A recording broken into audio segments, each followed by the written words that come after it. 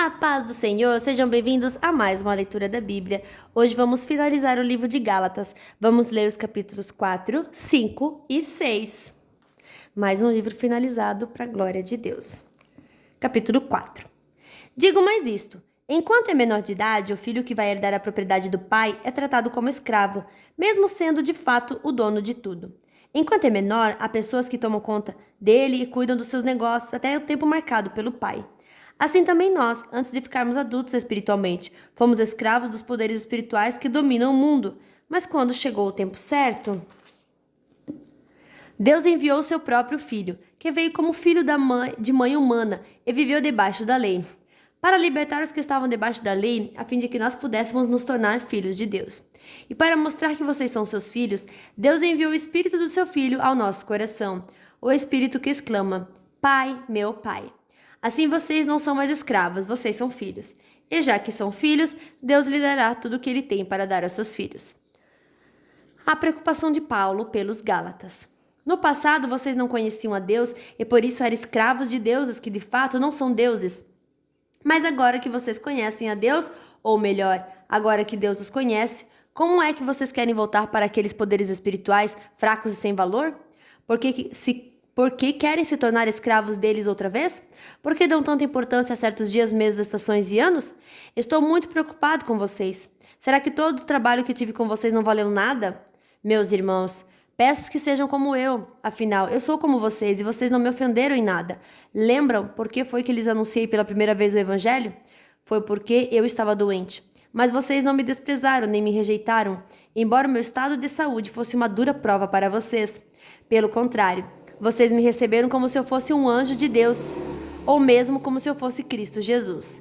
E como vocês estavam felizes, eu posso afirmar que se pudessem, vocês teriam arrancado os seus próprios olhos para me dar. O que foi que aconteceu? Será que agora por ter dito a verdade eu me tornei inimigo de vocês?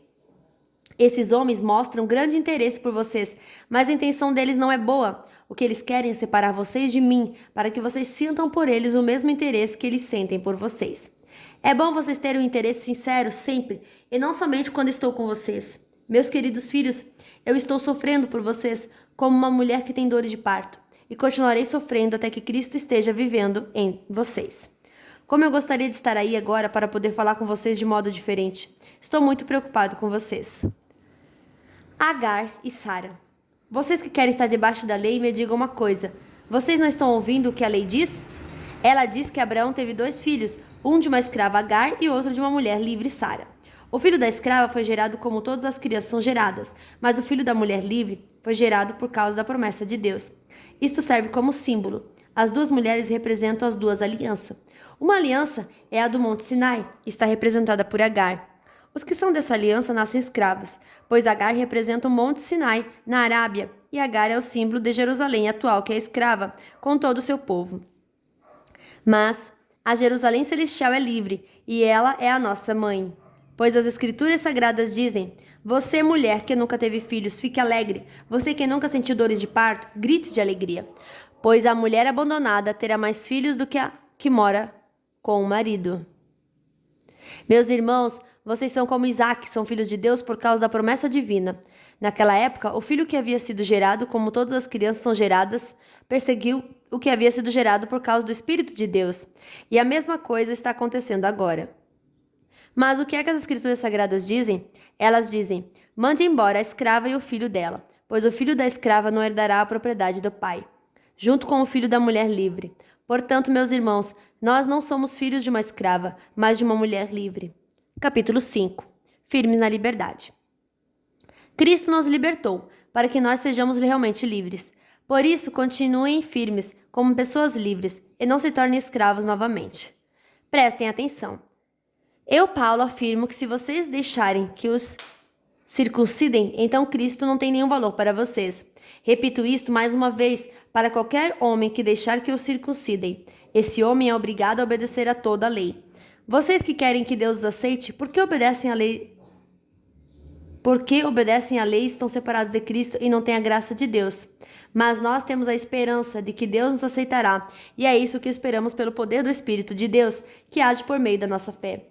Pois quando estamos unidos com Cristo Jesus, não faz diferença nenhuma estar ou não estar circuncidado. O que importa é a fé que age por meio do amor. Vocês estavam indo tão bem. Quem convenceu vocês a deixarem de seguir a verdade? É claro que quem os convenceu não foi Deus que os chamou, como dizem por aí. Um pouco de fermento fermenta toda a massa. Mas eu ainda tenho confiança em vocês. A nossa união com o Senhor me dá a certeza de que vocês voltarão a pensar da maneira certa. E também tenho certeza de que o homem que está perturbando vocês, seja ele quem for, será castigado por Deus. Porém, irmãos, se é verdade que eu continuo a anunciar que a circuncisão é necessária, por que sou perseguido? Se eu anunciasse isso, então a minha pregação a respeito da cruz de Cristo não causaria dificuldade para ninguém. E quanto a esses homens que andam perturbando vocês, eu gostaria que se castrassem de uma vez. Porém, vocês, irmãos, foram chamados para serem livres, mas não deixem que essa liberdade se torne uma desculpa para permitir que a natureza humana domine vocês. Pelo contrário, que o amor faça com que vocês sirvam uns aos outros, pois a lei inteira se resume em um mandamento só: ame os outros como você ama você mesmo. Mas se vocês agem como animais selvagens, ferindo e prejudicando uns aos outros, então cuidado para não acabarem se matando.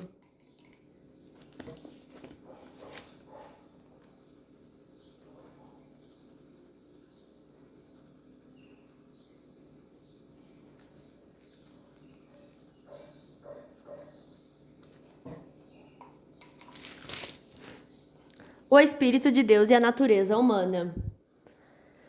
Quero dizer a vocês o seguinte: deixem que o Espírito de Deus dirija a vida de vocês e não obedeçam aos desejos da natureza humana. Porque o que a natureza humana quer é contra o que o Espírito quer, e o que o Espírito quer é contra o que a natureza humana quer. Os dois são inimigos, e por isso vocês não podem fazer o que vocês querem. Porém, se é o Espírito de Deus que guia vocês, então vocês não estão debaixo da lei. As coisas que a natureza humana produz são bem conhecidas. Elas são a imoralidade sexual, a impureza, as ações indecentes, a adoração de ídolos, as feitiçarias, as inimizades, as brigas, as ciumeiras, os acessos de raiva, a ambição egoísta, a desunião, as divisões, as invejas, as bebedeiras, as farras e outras coisas parecidas com essas. Repito o que já disse: os que fazem essas coisas não receberão o reino de Deus. Mas o Espírito de Deus produz o amor, a alegria, a paz, a paciência, a delicadeza, a bondade, a fidelidade, a humildade e o domínio próprio. E contra essas coisas não existe lei. As pessoas que pertencem a Cristo Jesus crucificaram a natureza humana delas, junto com todas as paixões e desejos dessa natureza. Que o Espírito de Deus, que nos deu a vida, controle também a nossa vida. Nós não devemos ser orgulhosos, nem provocar ninguém, nem ter inveja uns dos outros. Capítulo 6. Ajudem uns aos outros. Meus irmãos, se alguém for apanhado em alguma falta, vocês que são espirituais devem ajudar essa esposa a se corrigir, mas façam isso com humildade e tenham cuidado para que vocês não sejam tentados também. Ajudem uns aos outros e assim vocês estarão obedecendo à lei de Cristo. A pessoa que pensa que é importante, quando de fato não é, está enganando a si mesma. Que cada pessoa examine o seu próprio modo de agir. Se ele for bom, então a pessoa pode se orgulhar do que fez, sem precisar comparar o seu modo de agir com o dos outros, porque cada pessoa deve carregar a sua própria carga. A pessoa que está aprendendo o Evangelho de Cristo deve repartir todas as coisas boas com quem estiver ensinando. Não se enganem, ninguém zomba de Deus, o que uma pessoa plantar é isso mesmo que colherá.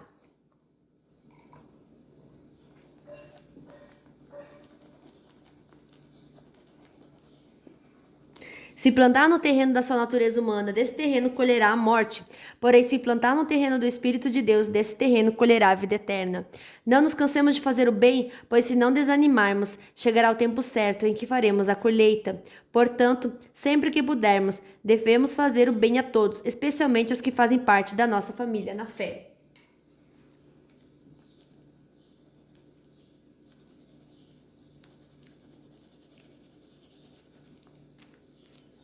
Últimos conselhos e saudações. Vejam as letras grandes que eu estou escrevendo com a minha própria mão. Os que estão forçando vocês a circuncidarem são pessoas que querem ficar orgulhosas de coisas de pouca importância. Eles fazem isso somente para não serem perseguidos por causa da cruz de Cristo, pois nem mesmo os que praticam a circuncisão obedecem à lei. Porém, eles querem que vocês se circuncidem para que eles possam se gabar de terem colocado o sinal da circuncisão no corpo de vocês.